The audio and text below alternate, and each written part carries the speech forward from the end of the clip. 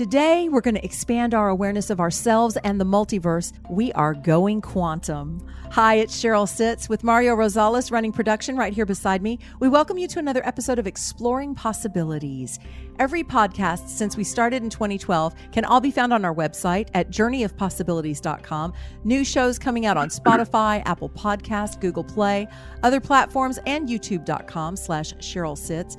If you learn and grow from what you hear on the show, show us a little love at journeyofpossibilities.com/support. Joining us in just a moment, Mikal Masters. Hi, I'm Mario Rosales. I am the producer of Exploring Possibilities.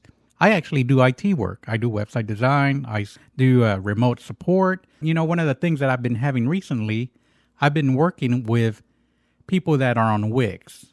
And at the beginning, even I had the idea that Wix wasn't that powerful. But as I started working with it, I found out that there is so much more in there that we are not taking advantage of. We're not taking advantage of its database functionality. We're not taking advantage of their autoresponders. And a lot of this comes included for free in some of their packages. I've learned the system very well to the point that I can train you on how to do it. Or if you ask me to do some complicated task, I can design it for you within Wix. Then after I'm done, I give you the training on how to use it. And then if you have any troubles, you can always call me. Thank you. I am Mario Rosales, and you can reach me at mariorosales.com. Let me help you out wherever I can. Thanks. Mikal Masters is a singer-songwriter, musician, producer, publisher, TV host, voiceover artist, and author of one of the most expansive books I've had the pleasure to read in years, Blindsight, Quantum Life in a Human World. There's a link for that book right here on the podcast description where you can get a copy, and a small thank you comes back to us in support of the show at no extra cost to you. You'll find Mikal's music online at tortugans.com, and he joins us now from just outside of Austin, Texas, where he's going to serve as our tour guide to explore quantum possibilities. Hi, Mikal. Hey, Cheryl. Thanks so much for having us. Thank you for being on. Well, all of you, us, we, that's a fun place to start. You start this very unusual and powerful book by sharing some childhood moments that kind of made all of this real for you. Should we start there? Well, we can, sure. Yeah.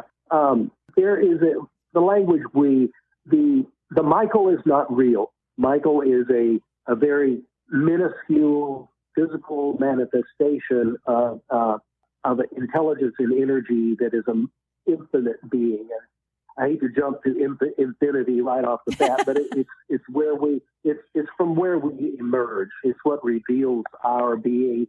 And we use the term we. If you think about it, no human does anything by themselves. We have the most used word on the planet is I. And if for some reason the word I comes out of us at any time, that's Mikal stepping in and trying to take over. And you just dismiss him immediately because he's honoring, irreverent.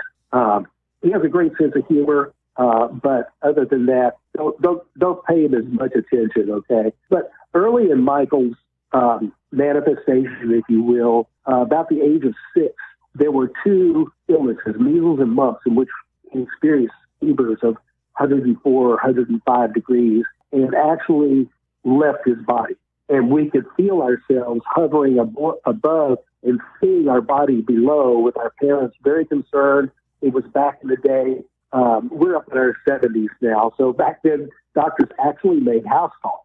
So Dr. Herma was there jabbing big needles in me and everything. And of course, when we came back to our body, later we tried to convey this. We were very enthusiastic, but they just, in our small Texas town, there was just no structure for that type of experience. And so they just dismissed it as fever dreams. But there was just something that we knew that was not a dream. Mm-hmm. That was an experience. It was a conscious, we were in a conscious I am disembodied position where we actually were able to perceive events, move through space and time, and so forth. So it had a definite impression. And shortly after that, maybe the fevers induced it. In our research, we found that many historical shamans, mystics, healers, after high fevers, began to experience these, what they're now calling metacognitive states, mm-hmm. which are outside of our sensory array, which sensory array, just to define that is hear, see, taste, touch, and smell.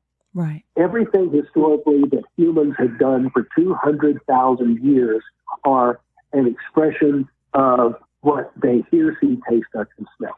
And with little blurb of, is blurb a word? It is now by Godwin, but the, of metacognitive voices and experiences, most well known, of course, would be your Buddhas and Jesus.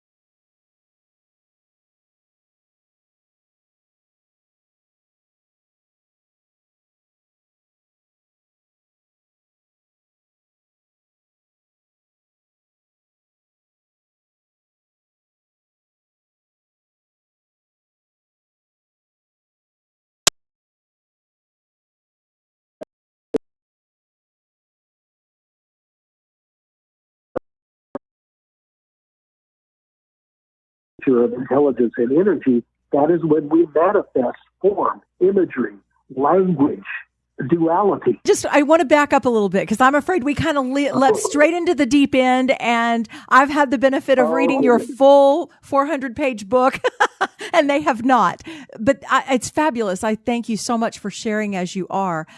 One of the things that I feel like would be beneficial to pull out at this point in time is the chapter on Breathe, Play, Now, because you've spoken to the fact that we are kind of sleepwalking around in this sensory experience of what we think is real, and there's a complete other, much more vast reality at play here, the quantum reality. And this chapter is like, for me, one of the greatest gateways to get from one to the other without having to go off and be a Buddhist monk and live in the mountains. We can't all really do that, but what we can do is breathe and play now. So can you speak to that for us? Sure. Where it begins for our bridge, our portal to our true nature, our true being is the breath. We can hold our breath, we can blow bubbles, we can breathe rapidly, but we can control it, right, with intention. And so beginning with breathing exercises, and there's thousands of them out there, but keeping it simple is the main thing, because this whole thing, Cheryl, is so simple. It's the manifestations that complicate it. But breathing, begin there. Smile is another intention because it implies joy and happiness and a choice to choose your attitude, as they say on the bumper stickers, right? And so when we actually put a slight smile on our face and envision or place the energy and the intelligence of a smile in our meditation, our contemplation, we see this endeavor as a contemplative art, the artistic aspect of the art. And so the smile releases endorphins that is totally eases the brain, eases the body, puts all of these healing processes at work that lightens this material aspect of the being. And the last expression is now. And again, the brain body cannot experience, even perceive now. By the time it thinks it is, it's already gone. It's into the archives. It's part of your movie, Michael's story, Michael's artifacts. But now has to be an experience. Quantum has to be an experience. We are a quantum experience that is moving through manifestation.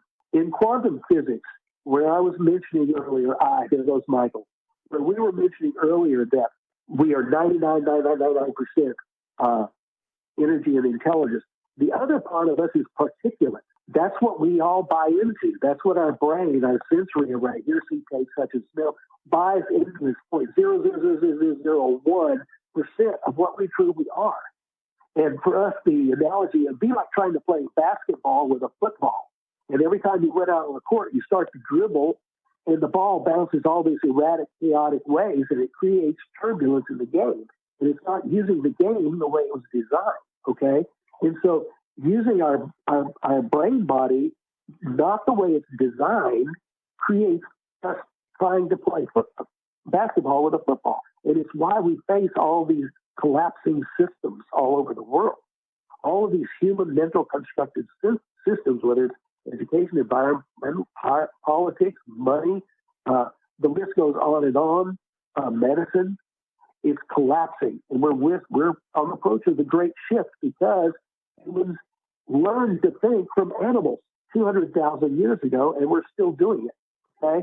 But now we're at a point where we can evolve. We can actually generate through exercises like breathe, play, now. We can move into states of being, in states of thinking, in states of intention and focus, where we can actually create our reality. If we do not move towards that evolution, then our history is creating our future. Our cell phone nature, our computer, all of our beliefs, preoccupations, presumptions, expectations, habitual actions and thinking, are creating the next 5 seconds of our lives. We're not choosing it. It's being created for us. And if we are in that state, then our Michael would be dragging us into the next 5 seconds, 5 minutes, 5 years of our lives, of our manifestation. It's easy to do. Like if I look in the mirror and what I see, I believe that's me. I'm perpetuating that being me, even though that's the me that the past created. That's not the me of the future. It's really funny when we start to play outside of our senses and then we catch ourselves. I mean, I think it's funny because I like to use humor with it, catching myself over and over again, crawling back into the past's manifestations instead of reality. It's so powerful, you know? I mean, I love that and it is playful and it is the only game in town. The only thing that a human has to do is to evolve, is to become what we are designed to be, to start using this brain body the way it's designed. If we go into quantum physics, the particulate aspect of the Cheryl or the Michael is cycling in and out of what they're calling now dark energy, dark matter, blah, blah, blah to me. But at every nanosecond, your entire physical being, your entire Cheryl body, everything is cycling into another reality of energy and intelligence. And every time it comes back, it's got new information. What do you think, Cheryl, is the only thing that doesn't change every nanosecond of your existence? I should know the answer to that, having read the book, shouldn't I? No, well, it's your name. Oh. And how scary is that? Yeah. That we completely dismiss this amazing potential, this infinite possibility that we have every nanosecond to absorb this new beingness, suchness, as the Buddha called it. That is, Goethe calls it the whatever it is. We have this ability to be that, which is what we are. And that is beyond exciting, challenging, scary, wonderful, messy, because we don't know. You talk about beliefs in here in this book, where our beliefs play such a powerful role, because we are recycling ourselves over and over and over and over and over and over and over again. We are recycling the manifestation that is known as Cheryl or Michael. What role our beliefs play in that is huge. Well, I think we all have to remember that beliefs are generated by what you hear, see, taste, touch, and smell, and experience through those senses. And each one of those beliefs is a box. It's a limitation to be transcended. Okay, belief is kind of a safety net that humans designed, or not consciously designed, but have grown to depend on. Because even if it's the belief that we have a physical body, it doesn't have to even stand to, do you believe that you're a Christian or a conservative or a Chinese or an African American or those kind of belief systems, which are the most scary, harmful, destructive, dualistic mental constructs that the human being has ever realized. It's destroying us as a species and as a planet. So beliefs are scary. At our little events, one of the very first things we do, and I think you may have remembered in the book, we ask you to leave all of your beliefs, preconceptions, expectations, and habits at the beginning of the book. Yeah. Just leave it. You can pick them up on the way out. Because every single one of those things is an illusion. It is a particular manifestation of mental constructs that are not real. And they are entropic, they are decaying, they are disappearing every moment. And it is not what we are. Right. It is not what we can become. Because once we love to use the image of, if we take Google Earth and take your house and go up 11 miles. We like 11 because it's a great manifestation number. But at 11 miles above the Earth, you will not be able to see where, for example, the United States becomes Canada or Russia becomes China. You will not see any racial difference. You will see no religions. You will see nobody has more money than anyone else. Sex doesn't matter. Corporate entities don't matter. But what happens there is we become able to ask more elegant questions that are human questions, that are planetary questions.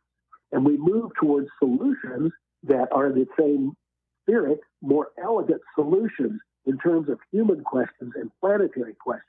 And we stop about 10,000 years ago on the verse, real quick. Some humans figured out that if they get hold of the food and the shelter and the water, that they can exude power over others. And ever since then, humans have been in an us versus them duality. And we could take the us versus the autocratic societies on the planet, whether it's China, Russia, Iran, the global conglomerates, the sheikdoms of the Middle East versus democratic thinking on the other hand. But with it all, we have Black Lives Matter, and it's created an us versus them right there. We have the LGBTQ movement. It's created an us versus them, and we are forgetting that at 11 miles up, nobody gives a crap. Yeah. We're all big fleas on this dog, rolling around through space, and we all have a common enemy. Sun Tzu, well, actually, he didn't first say it, but it's in his book, Art of War, that the enemy of my enemy is my friend. Our common enemy is the human sensory array and how it thinks.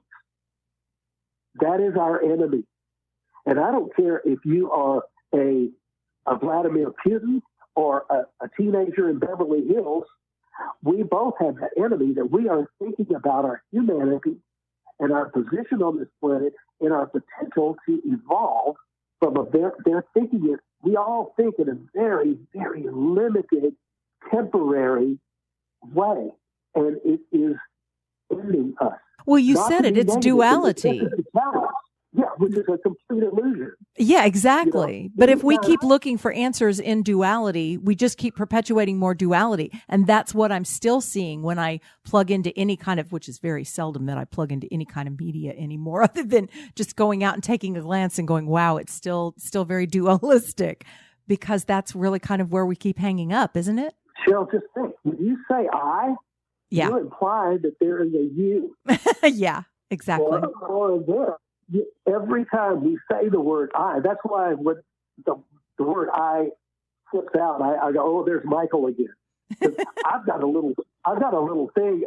There's a little alarm that goes off when the word I is used every time. It's like Mikal is not going to take control of the next 5 minutes of my life. Of this, see, there he goes. The alarm went off. But the existence is not going to be dictated by Mikal's fears, his beliefs, his habits, all of those things. My metacognitive I am is in position to now choose that. Life becomes a response and not a reaction. Yes. And if we could just get to the point where we could teach our children, and that's one of the greatest pushes that we are in right now, is involved with ways to help children become metacognitive. We have a new project right now that is a series of games that children play when they go to sleep. And within these games, and they are so simple and beautiful that it is, it's just, if it doesn't bring a tear to your eye, you don't have a pulse.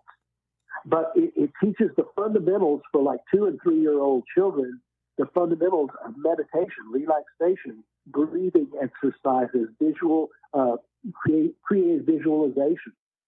Our daughters were learning these games when they were 2, 3 years old.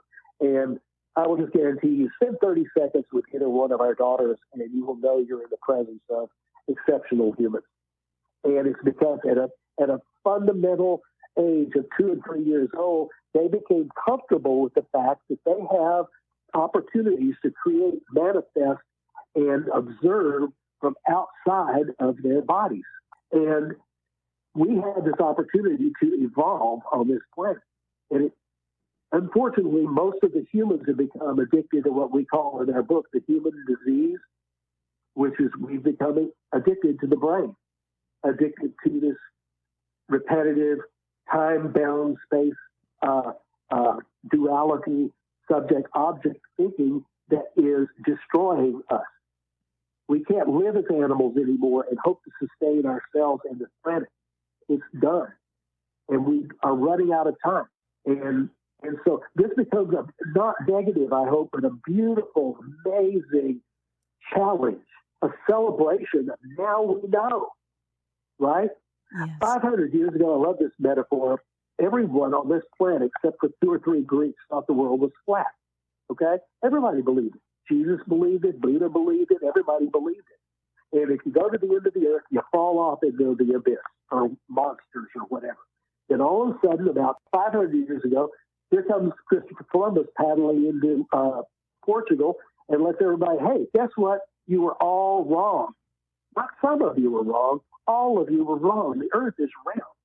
Right. Now, what are you going to do with that?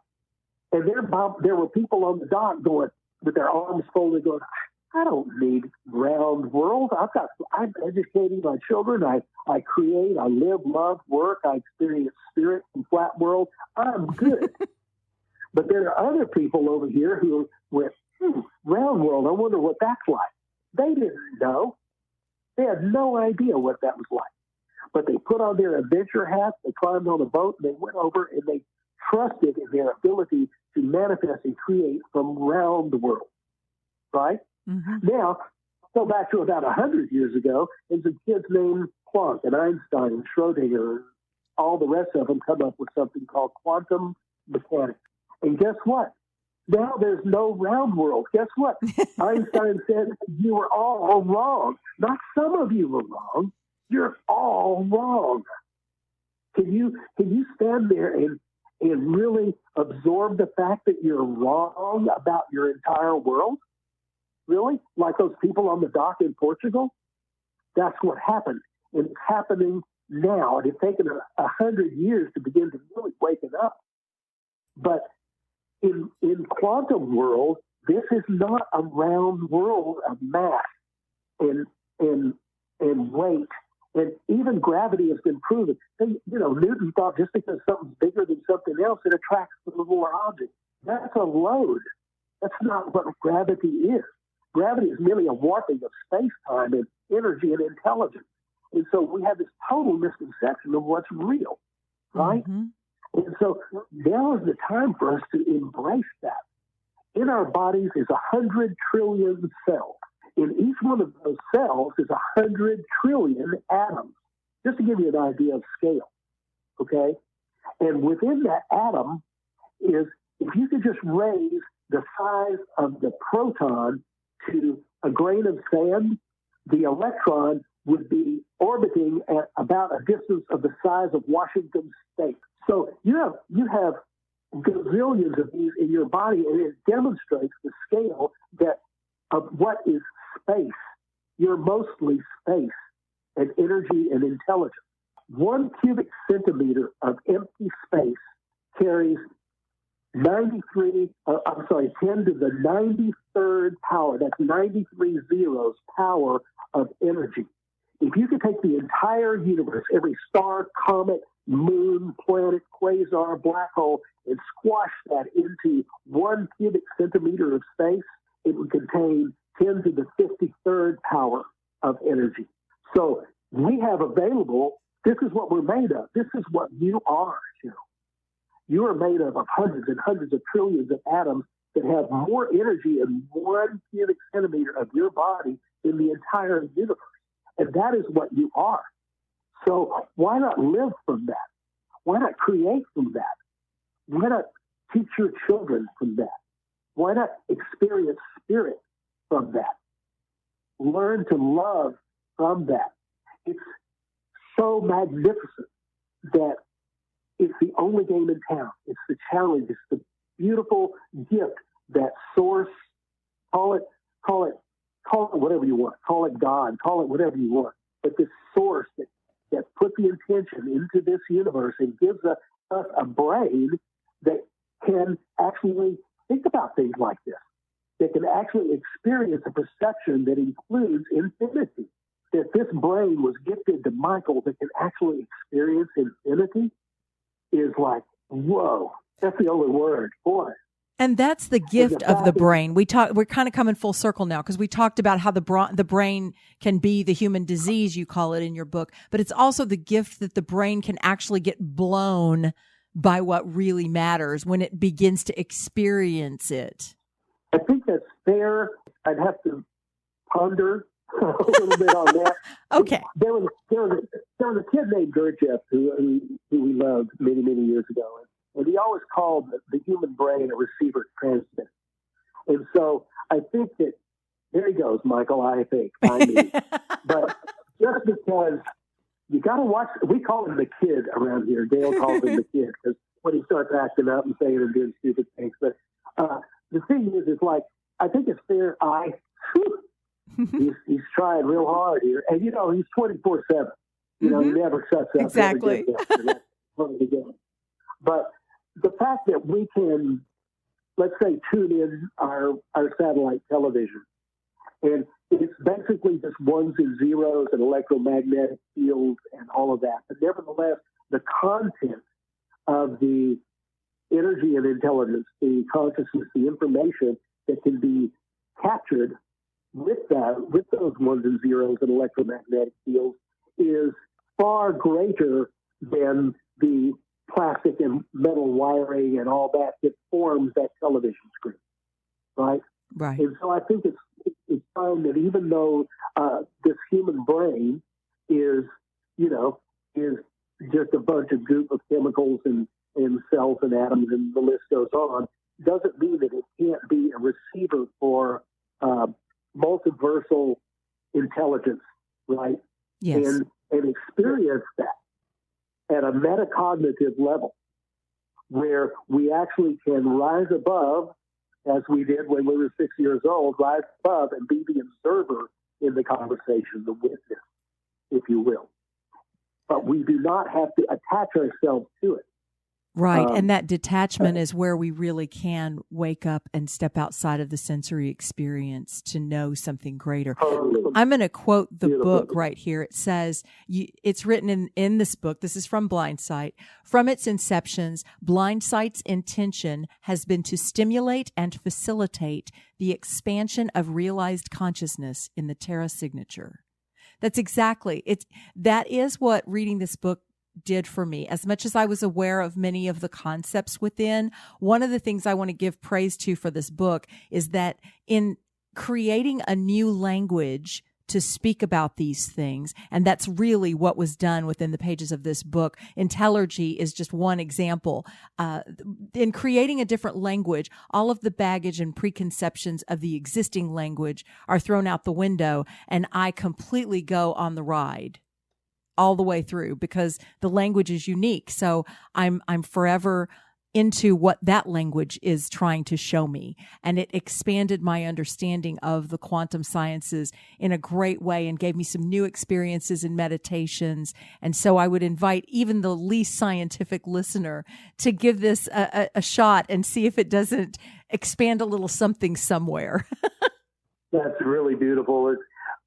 We felt like this book was important because Michael has no degrees in physics or psychology, and it's important to convey the quantum experience through the lens of a being, if you will, that doesn't have all of the constraints of the educational construct. Right. Most of the voices out there today, and there are some brilliant ones, have all the letters behind their names. And except for my great physicist Nassim Haramein, he's almost completely self-educated and one of the biggest brains on the planet. And I encourage people to search him out. But that's so beautiful that you said that. And we just hope that this conversation can expand and increase. We're certainly not the only voice at the table right now. There are some of the biggest minds on the planet. And there's also some big activists who have a lot of money that are working on this awareness, these movements, this ascension on the planet, what we call the Great Shift. And they're operating outside of all government, politics, religion, race, money, banking, all of those things. And so it's And I encourage people to search those things. Michael encourages, he's heard him. But steer away from things like network news and cable news and Right. sources of people who are in what we call the matrix, that are stuck in this belief system, human disease, because they are not healing this planet.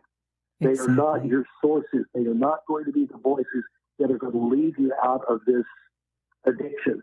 And we are all addicts. And I Yes, think we are. that's a word that is a challenge to everyone. Once you realize your enemy and search out other people who realize the enemy, then the enemy of your enemy is your friend. And we all must work together to evolve outside of the matrix. This is the challenge, and it's this beautiful game. It's the only game in town. And if we're addicted to that, we're addicted to the contemplative arts, meditation, contemplation, being the observer in every situation. There was a quote, 90% of life is what happens to you, and 10% is how you respond to it. Mm-hmm. We would add or react. So who are you going to be? Are you going to let your past drag you into your future? Or are you going to become what you are, stop being the football, be who you are, and choose your future? Create your manifestation. How beautiful is that? How exciting and joyful, and I get chills. It really works me up, works the Michael up too. It does. Well, thank you. Thank you. Michael, thank you, Cheryl. Thank you. That's a wonderful place. We're already out of time. I knew it was going to fly. But you said before we started that it's one of the most important conversations to have is a conversation about seeing beyond the illusion. And I've thoroughly enjoyed sharing that with you today. Thank you for spending time with us. The game project that you mentioned, is that out already? Yeah, thank you for that. It's called Bedtime Imagination, The Colors of a Child's Mind. It's bedtimeimagination.com. There's a testimonial video on there from parents, grandparents, teachers, psychologists that are just so moving. It's also for children who suffer from autism and ADHD and OCD and traumatic family situations and all sorts of reasons why a child can't rest.